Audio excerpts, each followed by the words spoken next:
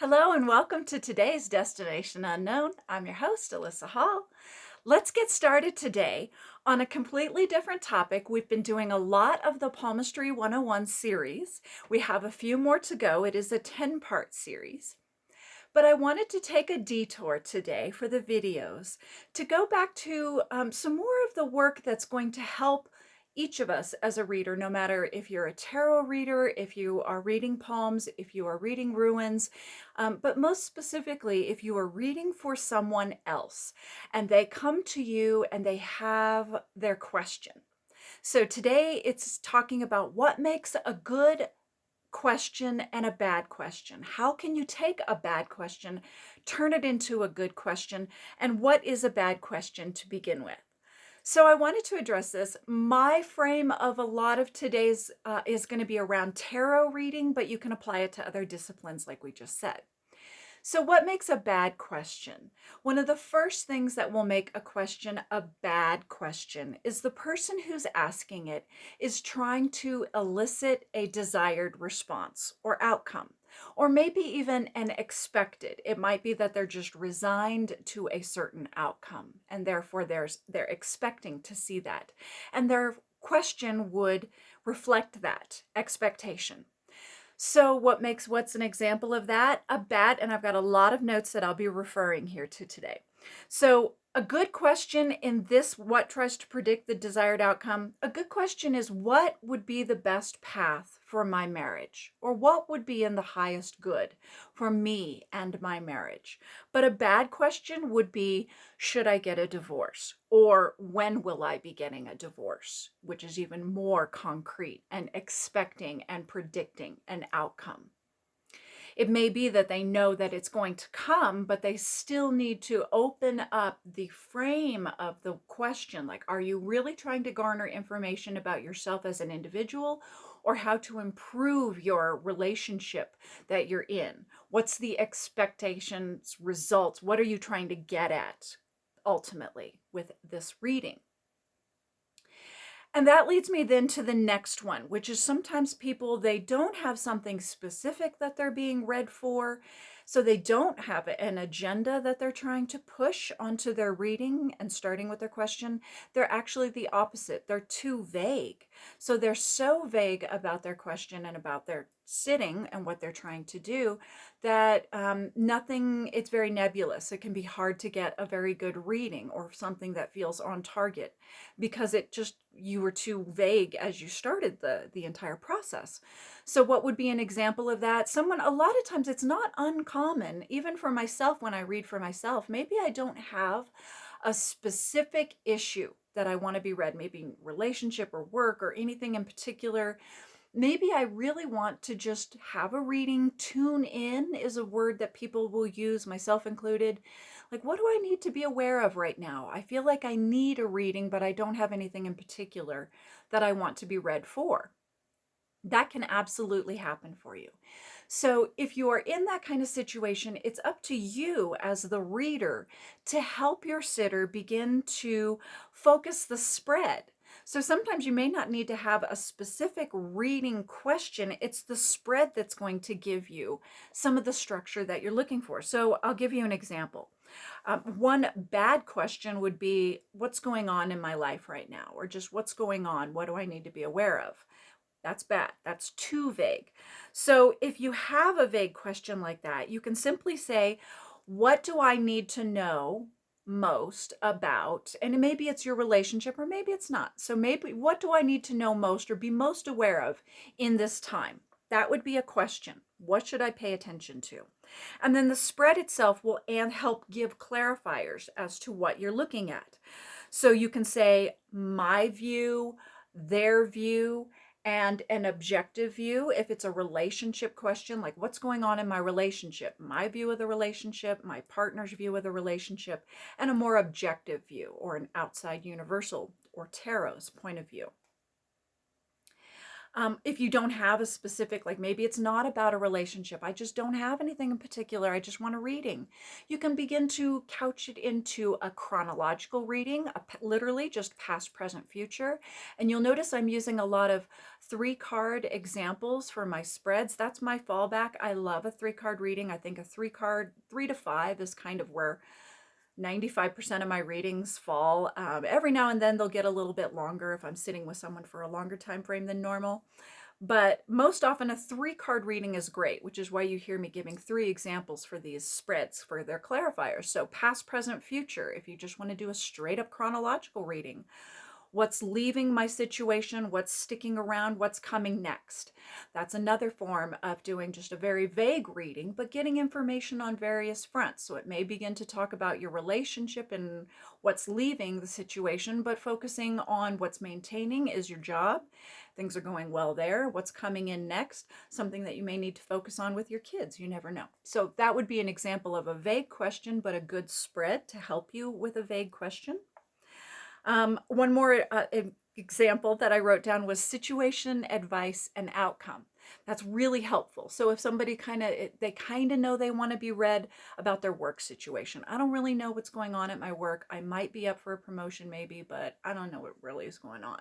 So that would be another spread: situation, advice for the situation, expected outcome. And when it comes to the outcome or the past, present, future, the future card in that one, I also like to couch my readings in the concept that I only use 3 to 6 months ahead. So I use a season or 2 looking forward, because I feel like when you open up the idea that you're going to cast forward into the long future, it can be very hard to know when that really came along, because the message itself has gotten so far behind you, it's hard to hold it in your awareness in any way that's going to be helpful. So you want to garner helpful information. That's the whole point of having a reading, is to get information you can use, something you can actually put into practice. So that's a word to the warning there when it comes to that. All right, another example of a bad question, a third-party reading. This comes up a lot for readers. What is a third-party reading? That's where you're not reading for yourself and you're not reading for the person who's sitting across from you.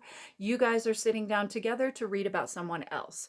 Maybe it's the third person is their partner in their relationship and they want to know, is my partner having an affair?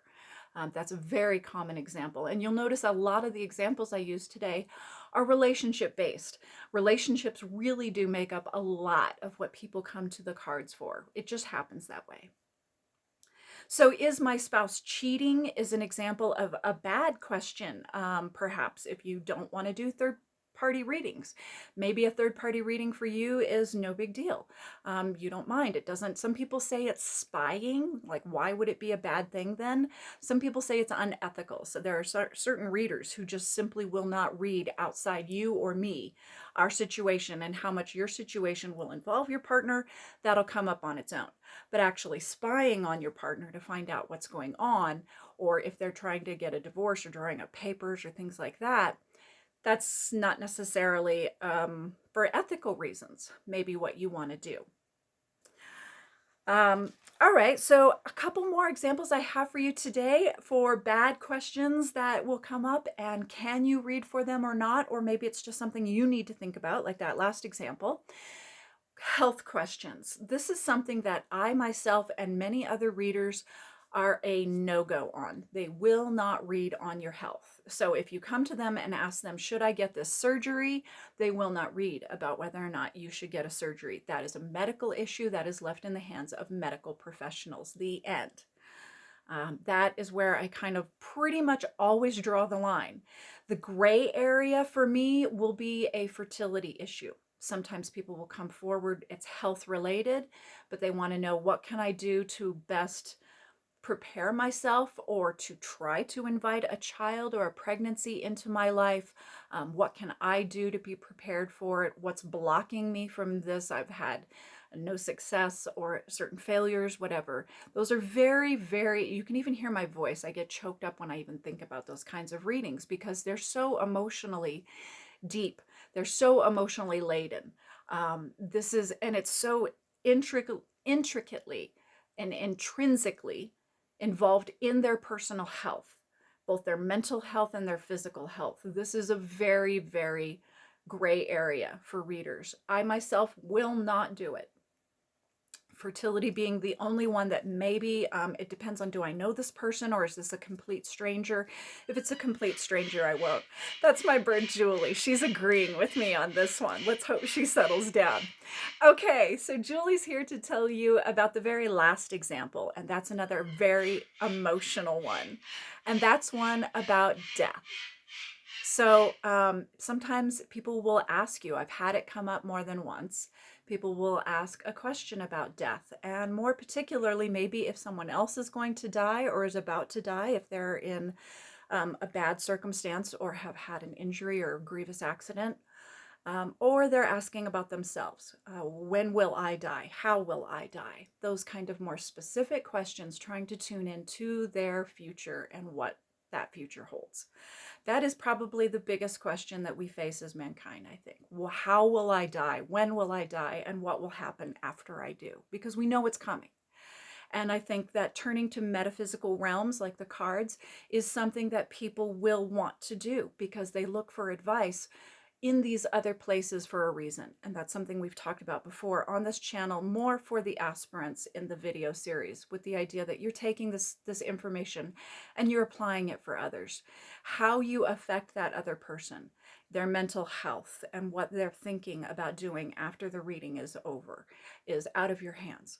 And you do not know, especially if it's someone that you're not fully aware of and they're a stranger, you don't know what state they're in this moment.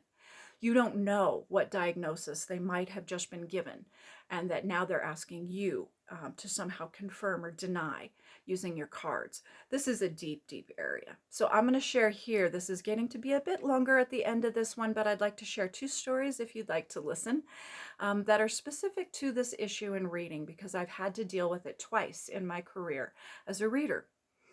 So many, many years ago, when I was a young reader, meaning I was starting in my career as a reader, I was in my early 30s. I wasn't a young person, but I was young in my path. And I had a close friend, someone I was felt very close to and had been friends with, and a work colleague for years, who asked me to do a reading for him. And he said, I want to know when and how I'm going to die. What's going to happen? How will I die? Where will I be? What's going on? What's happening when I die? And having not really examined my own ethical boundaries or what I would and wouldn't read on, that wasn't something I'd ever asked myself yet in that path. So I just agreed to it. I was like, all right, let's just see what we can get. I don't think I'll probably get anything if you really want to know, but let's try it. And we used a spread I remember very distinctly because it was a very illuminating reading. The reading itself did not give exact specifics that I could tune in on, as far as like, was it a medical issue? Where were you? It gave like vague circumstantial information about the relationships around him in this hypothetical death moment. And what was so illuminating was there was one particular spread position, which is called the hidden question. So the hidden question spread says, my view of the situation, a more objective view of the situation, like Tarot's view or a universal view, and then the hidden question, or what am I not seeing about the question I'm asking myself. And that was the reading or the spread that I used for that reading. And for him, the hidden question was, am I going to be alone? And he later confided with me after the reading had concluded that, yeah, without really kind of examining himself that much, the reading helped him to examine what he was really, truly his greatest fear. One of those pathological fears he carried very deeply was that he was going to be alone in his death, in the moment of his passing. And he wanted some reassurance from the metaphysical. People come to us for readings on very deep issues quite often. Sometimes it's just for a lark, but as I've often said, they remember what we say. So they may sit down and be scoffing at you even, and not believe anything that you have to say, but they will remember it.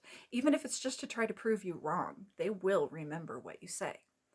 That's a very big onus to me. To me, that's a responsibility that I carry very heavily. And you have to remember that, especially because you don't really fully, you're not inside this person's mind. You don't really fully know what's going to happen once you give them this information. How are they going to act on it? Is that your responsibility? That's a question you have to ask yourself as well as a reader. So the second death story that I have to share, I decided after that first reading, very early, like I said, only a couple years into my path as a tarot reader, as a real tarot reader, as I saw. It was like 7 years into my path, but only about 2 years into my path of a studied tarot reader. And I decided at that point that, yeah, I was not comfortable with doing this ever again, that this was actually kind of scary and dark energy, and I didn't like it. And so I decided, no, I'm never going to read on someone. I can just refuse. If they ask me the question, I'll say no. And so I did. If it ever came up again, I don't even remember if it came up again. But it did come up again. So this last story is one that's very personal to me. So in 2011 was my best friend, Autumn, who was in the midst of the end stage of a terminal illness. She had been terminally ill she'd been suffering for about 4 years. They didn't know why. They finally started figuring out some of the end stage of what was happening in her body. But by that point, they knew that they were trying to build longevity for her, but they didn't know, as far as from a medical point of view, how long they could really keep her going with some of the ways and means that she was going through with her health. So as she was going through these medical procedures, and I had been with her many times, and she and I had shared a tarot path. That was another thing I would qualify this reading, this what I'm about to tell you. She was also a tarot reader. You'll notice that I am using the past tense. So for her readings, she asked, I want to know. The doctors won't tell me, Alyssa. I don't want to read on it myself. I don't trust myself to do a reading for myself on this question. Will you do it for me? I may need to take a break. I hope that break worked and it didn't just stop this recording. I've never done that before, but I do share this with you. As you can tell, it's a very emotional issue that you're opening yourself up to if you decide to read on death. So she was my best friend and she was a reader, and we said, let's just look. We know you're going to go. We know it's going to happen. And we know it's probably going to be sometime sooner, not later. A matter of weeks or months, not months or years. But we didn't know. So there were a couple times that she and I sat down with my deck or with her deck, and we asked, when's it coming? How much longer do I have? And interestingly enough, tarot never answered. So that would be the end of this lecture today, is if you ask a truly hard question, in my experience, tarot will just kind of short circuit. And what do you mean by not answer? I mean, they will throw out cards that make 0 sense. 0 sense. It's like you are just not even tuning in at all. Or the answers, you think, oh, well, maybe they're giving you answers and you don't understand it. No, there are certain times, and you will feel it in a reading when this happens, that tarot will kind of refuse to answer what you're asking of it. And that was my experience with Autumn. We never could get a solid answer. The closest thing we got to that I puzzled out, I say we because I feel like I was in communication with her even shortly after her passing, but I feel like there were certain things that kind of made sense once the day itself actually did come. But even in the moment when we were doing those readings, it was very unclear. So that's my last caveat that I would give you about good questions and bad questions. Thank you for staying with me for this longer version today of a video, and a very emotional ending as well. Take care and keep listening.